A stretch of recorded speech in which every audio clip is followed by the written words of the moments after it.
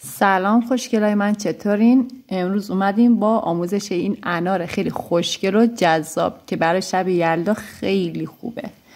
اگر خواستین برای جاسویچی یا برای گردنبند یا گوشواره درست کنین، با سایز 6 با سایزهای کوچیکتر میتونین درست کنین که از این کوچیکتر بشه و بتونین استفاده کنین برای جاسویچی یا گردنبند یا هر چیز دیگه ای که بخواین. خب بریم برای آموزش این انار خوشگل یلداییمون. خب اول از همه من این انار رو با سایز 10 بافتش رو انجام میدم که دقیقاً ببینین که چه بافتی داره. خب اول از همه به اندازه‌ای که میخواین نخ جدا میکنیم، 1 متر 2 متر، حالا یه جوری نخ جدا کنین که موقع بافت اذیت نشین. خونه اولمون یه خونه 5 تاییه. یه خونه 5 تایی میزنیم.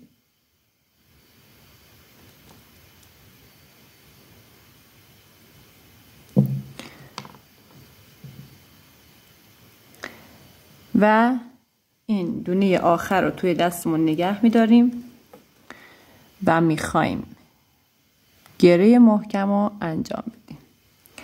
من چون نخم بلنده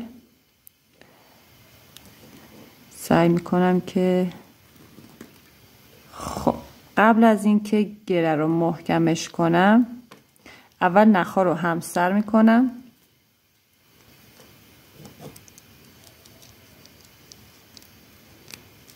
خب نخا رو همسر سازی کردم و حالا گرهش رو محکم میکنم. میکشم که گره بره داخل مروارید به این شکل.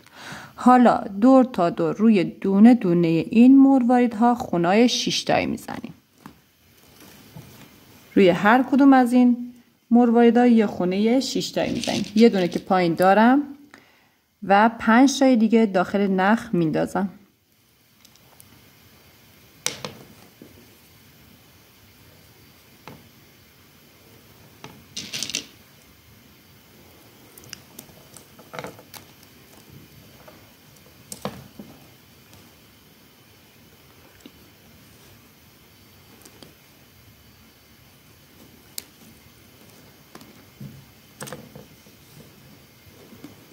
خب حالا یه حلقه اینجا ایجاد کردم و این نخ دیگر رو ازش عبور میدم و میکشم به این شکل. اینم خونه 6 تایی اولمون. دوباره نخو از مروارید پایین رد میکنم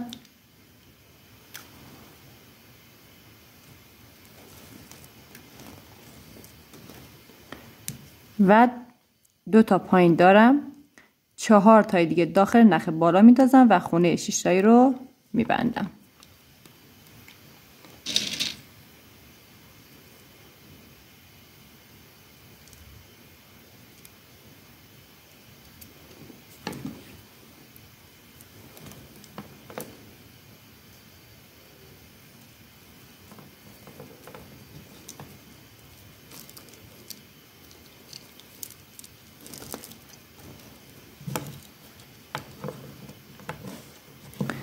به این شکل دوباره روی این و این خونه و این مروارید خونای 6 تایی میزنم. خب رسیدم به خونه آخر و نخ رو از این مرواریدم رد میکنم. یعنی از 2 تا رد میکنیم برای خونه آخر.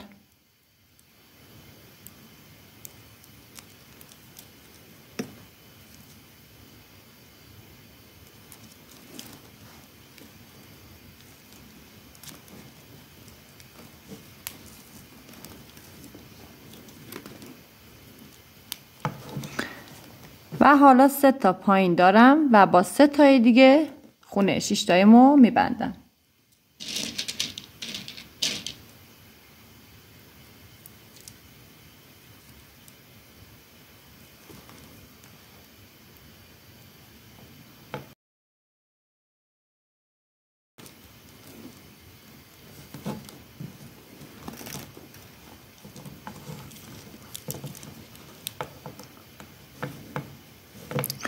به این صورت. حالا برای ردیف بعدی ردیف اول یعنی خونه اول یه 5 تایی بود، بعد ردیف دورشو کلا 6 تایی زدیم. حالا ردیف بعدی رو ما میخوایم 6 تایی 5 تایی. نخ پایینو از این مروارید که زیرش یه مروارید اینجا هست، میبینین از این مروارید که زیرش یه دونه مروارید هست نخ رو رد میکنیم. خب 2 تا مروارید پایین داریم و 4 تا مروارید داخل نخ میندازیم.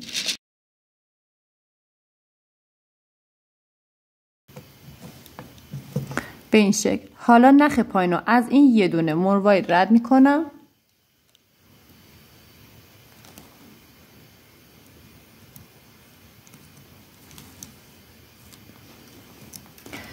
و قراره اینجا یه خونه 5 تایی بزنیم. 2 تا پایین داریم، 3 تای دیگه داخل نخ میندازیم که خونه 5 تاییمون تشکیل داده بشه.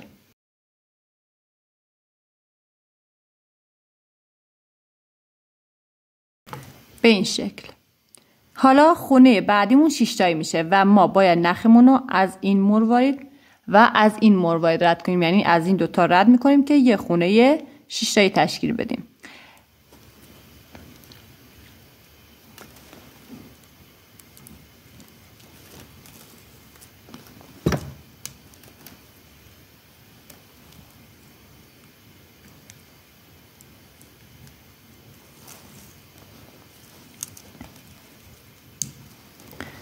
خب حالا 1 2 3 تا مروارید اینجا داریم، 3 تای دیگه داخل نخ میندازیم و خونه 6 تاییمون رو تشکیل میدیم.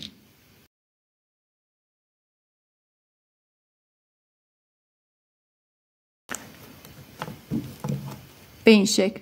و نخ رو از این یه دونه مروارید رد میکنیم و یه دونه خونه 5 تایی تشکیل میدیم.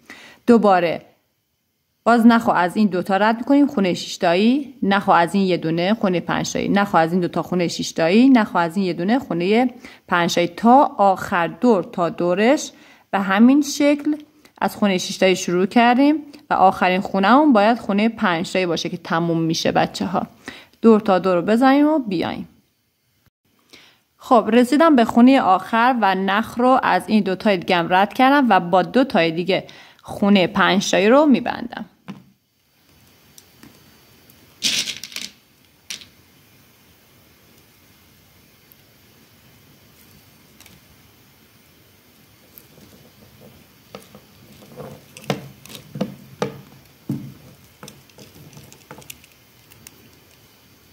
خب اینم از ردیف دوم. این اولین خونمون بود، بعد دورش ردیف اول و ردیف دوم. حالا ردیف بعدی رو دور تا دور ما میخوایم 6 تایی بریم. چجوری؟ نخ که داخل این مروارید هست، نخو از این یکی هم رد میکنیم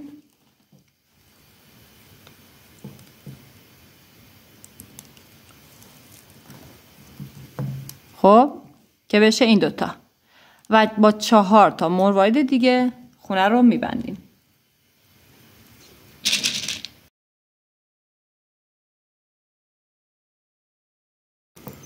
خب دوباره نخ رو از این 2 تا مروارید دیگه رد میکنیم و خونه رو میبندیم.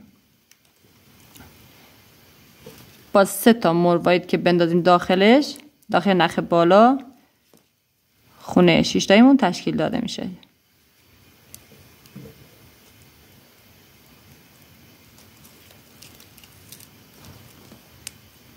سه تا داریم، 3 تای دیگه داخل نخ میندازیم.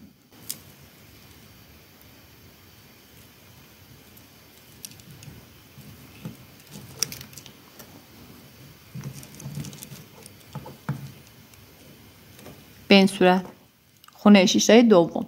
دوباره نخو از این 2 تا رد میکنیم و با 3 تا میبندیم. دوباره از این 2 تا، ببینین اینجا دیگه مروارید 2 تا 2 تا 2 تا 2 تا رد میکنیم و دور تا دور خونه 6 تایی میزنیم. خب رسیدم خونه آخر. اینجا از این 2 تا هم رد میشه، از این یه دونه هم رد میشه به این شکل و با 2 تا مروارید خونه 6 تایی رو میبندم.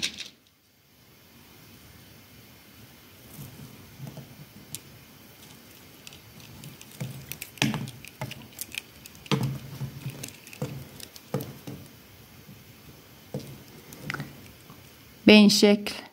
حالا من میخوام دقیقا این ردیف پایینی رو اجرا کنم. 5 تایی 6 تایی که قبل داشتیم. ببین اینجا نخم تموم شد. خب اینجا خونه پایینش 5 تایی بود و بالایش هم باید 5 تایی بشه. درسته؟ پس نخو از مروارید پایین رد میکنم و دقیقا همون خونه 5 تایی که پایین دارم و بالا هم اجرا میکنم، چون دقیقا میخوام همین ردیف پایینی رو اجرا کنم. و با 3 تا مروارید، 2 تا پایین هست، 3 تا مروارید خونه رو میبندم.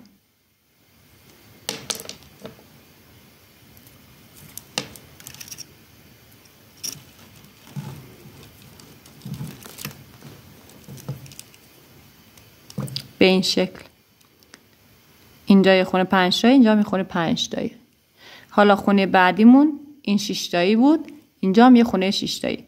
نخو از این 2 تا رد میکنم و خونه 6 تایی میزنم.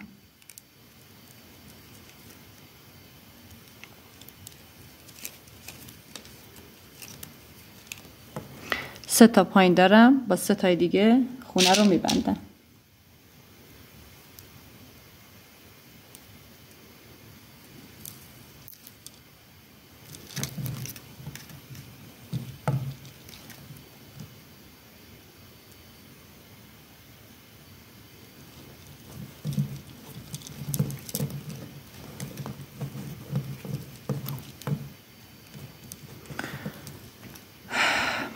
دوباره اینجا خونه 5 تایی، از این 2 تا رد میکنم و خونه 5 تایی. به همین ترتیب بچه‌ها از 2 تا مروارید پایین رد میکنین خونه 5 تایی، دوباره از 2 تا مروارید پایین رد میکنین خونه 6 تایی، دوباره از 2 تا مروارید رد میکنین خونه 5 تایی، باز از 2 تا رد میکنین خونه 6 تایی تا آخر. خب رسیدم به خونه آخر که 6 تایی میشه. از این 3 تا رد میکنم و با 2 تا میبندم.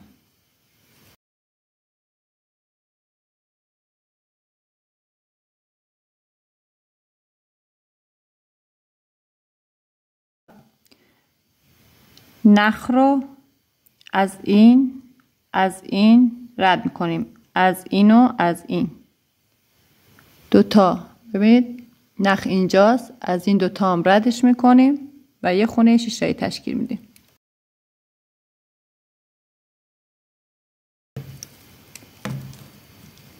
با 3 تا میبندیم.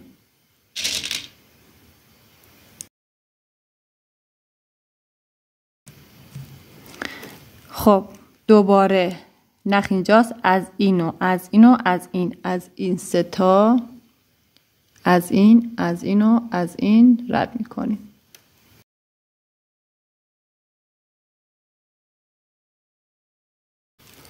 شد از این 4 تا. درسته؟ حالا با 2 تا میبندیمش.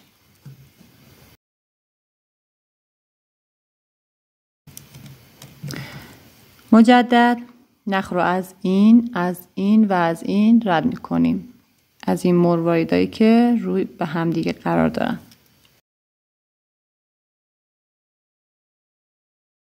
میشه این 4 تا و با 2 تا میبندم.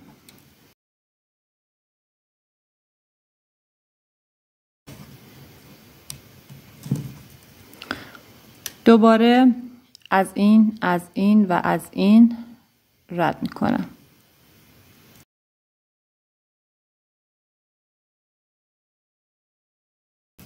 و با 2 تا میبندم.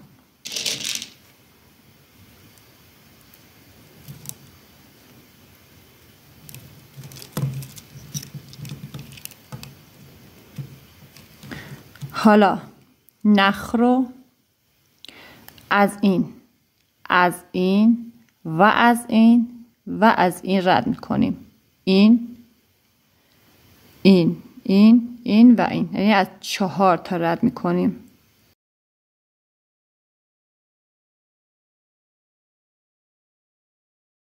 و یک دونه مروارید داخلش میندازیم و خونه رو میبندیم.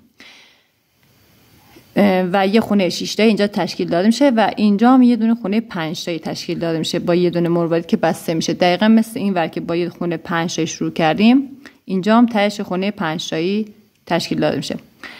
یه نکته، اگر خواستین انارتون رو به صورت آویز درست کنین، زمانی که این یه دونه رو انداختین میتونین زنجیرتون هم بندازین داخل نخ همراه با این یه دونه انار و بافتش رو انجام بدین.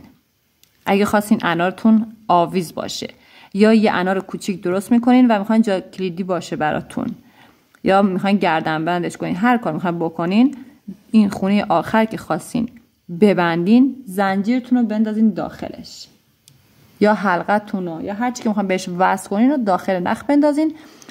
اول داخل نخ بندازین، بعد مروارید رو بندازین و خونه رو ببندین.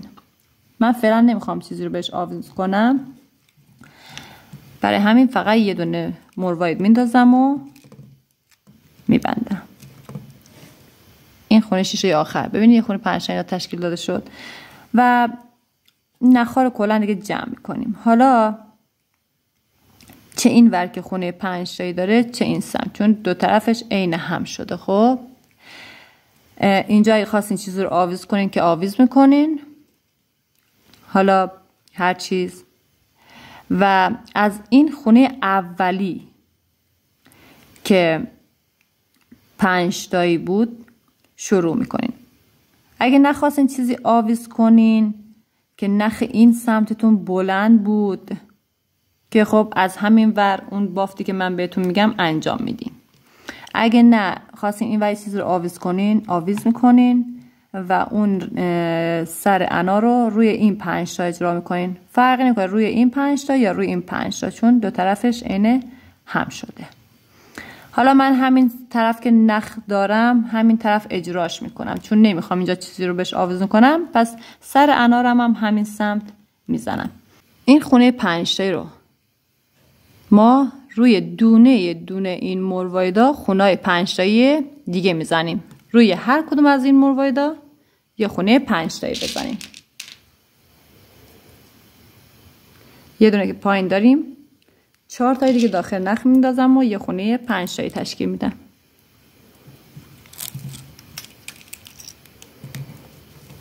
دوباره از این مرواید دیگه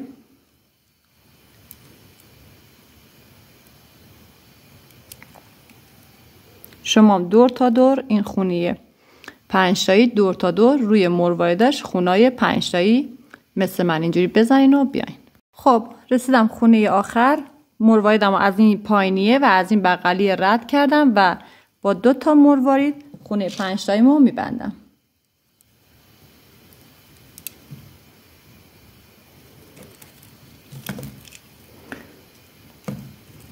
به این شکل که میبینین. حالا من این نخ که اینجا قرار داره این سمته، خب یه دونه مروارید داخلش میندازم و از این مروارید کناریش رد میکنم به این شکل. خب دوباره نخو از این رد میکنم که بیاد بالا اینجوری و یه دونه مروارید داخلش میندازم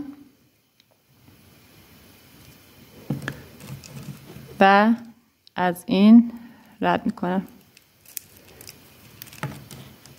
به این شکل بشه. ببینید بالای هر خونه 5 تایی یه دونه اینجوری مروارید اضافه میکنم. دوباره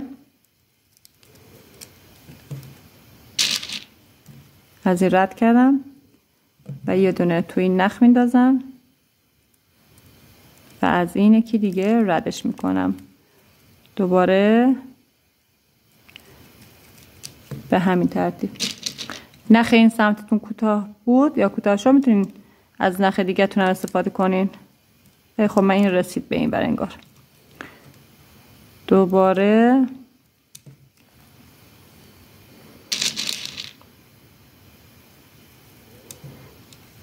نو از این رد میکنم و تا جایی که میتونم این دوتا نخم اضافه هاشو داخل این انار پنهان میکنم. اینم شد انار یلداییمون که به این شکل در میاد. ببافین و حتما برای منم عکسشو بفرستین و نظرتون هم حتما برام کامنت کنین. دوستتون دارم.